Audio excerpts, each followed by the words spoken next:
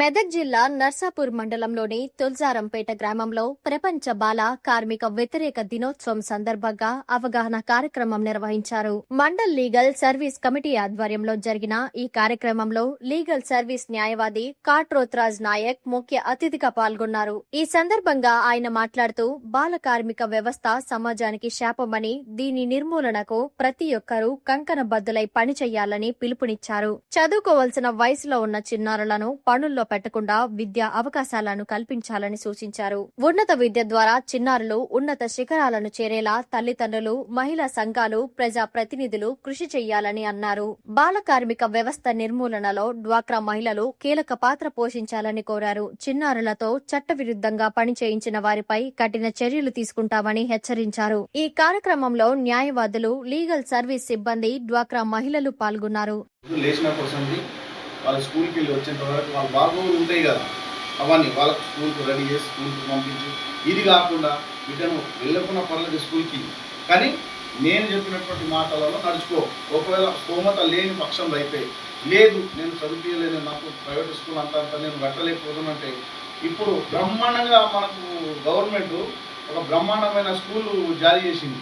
ఏది విద్యావంతులు ప్రైవేట్లో చెప్పినటువంటి చదువు అంతా గవర్నమెంట్లో నడుస్తుంది.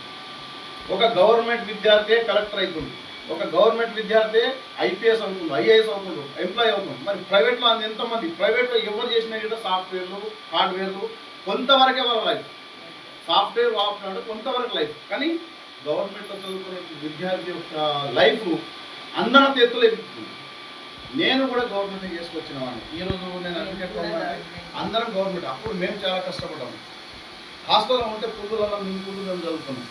ఇప్పుడు అందరికీ సన్నద్యం ఎంత అంటే ఎంత బాగా ఉన్నది విద్య అంటే, ఆ విద్యను నేర్చుకొని మనకు పిల్లల గురించే కాదు, పిల్లలను పెంచే తల్లిదండ్రులు కూడా వాళ్ళకు మోటివేషన్ చేసి, విద్యావంతులను చేసి, మంచిగా వాళ్ళకు ఒక స్థాయిని ఇట్లా కాదు బిడ్డ ఇట్లా నడువు అని చెప్పేసి వాళ్ళకు మోటివేషన్ చేసినట్టయితే, వాళ్ళకు నేర్పించినట్టయితే, ఆ బాలుడు ఎప్పుడైతే సరే ఆయన పై స్థాయిని ఎదుగుతూనే ఉంటుంది.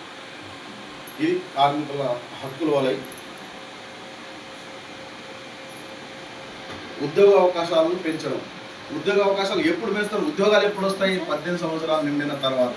అప్పటి వరకు తల్లిదండ్రులను పెంచే బాధ్యత బాలుడిదే. మన తల్లిదండ్రులు బాధ్యత తల్లిదండ్రులదే, బాలుడి బాధ్యత అంతా. 18 సంవత్సరాల వరకు ఫస్ట్ 10th క్లాస్ పిల్లలు చెడిపోయే వ్యవస్థ ఎక్కడైతే ఉందనుకుంటుంది అంటే ఇంటర్మీడియట్లోనే 12, 11వ తరగతి ఏదైతే వస్తుందో ఆ సిచ్యువేషన్లోనే పిల్లలు చెడిపోయే అవకాశాలు ఉంటాయి.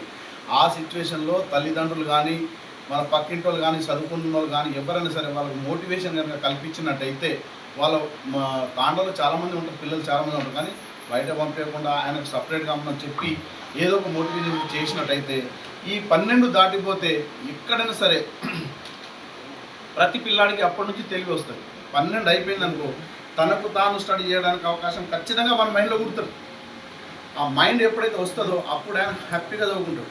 ఈ 12 వరకు ఆయన జాగ్రత్తగా కాపాడుకోవాలి.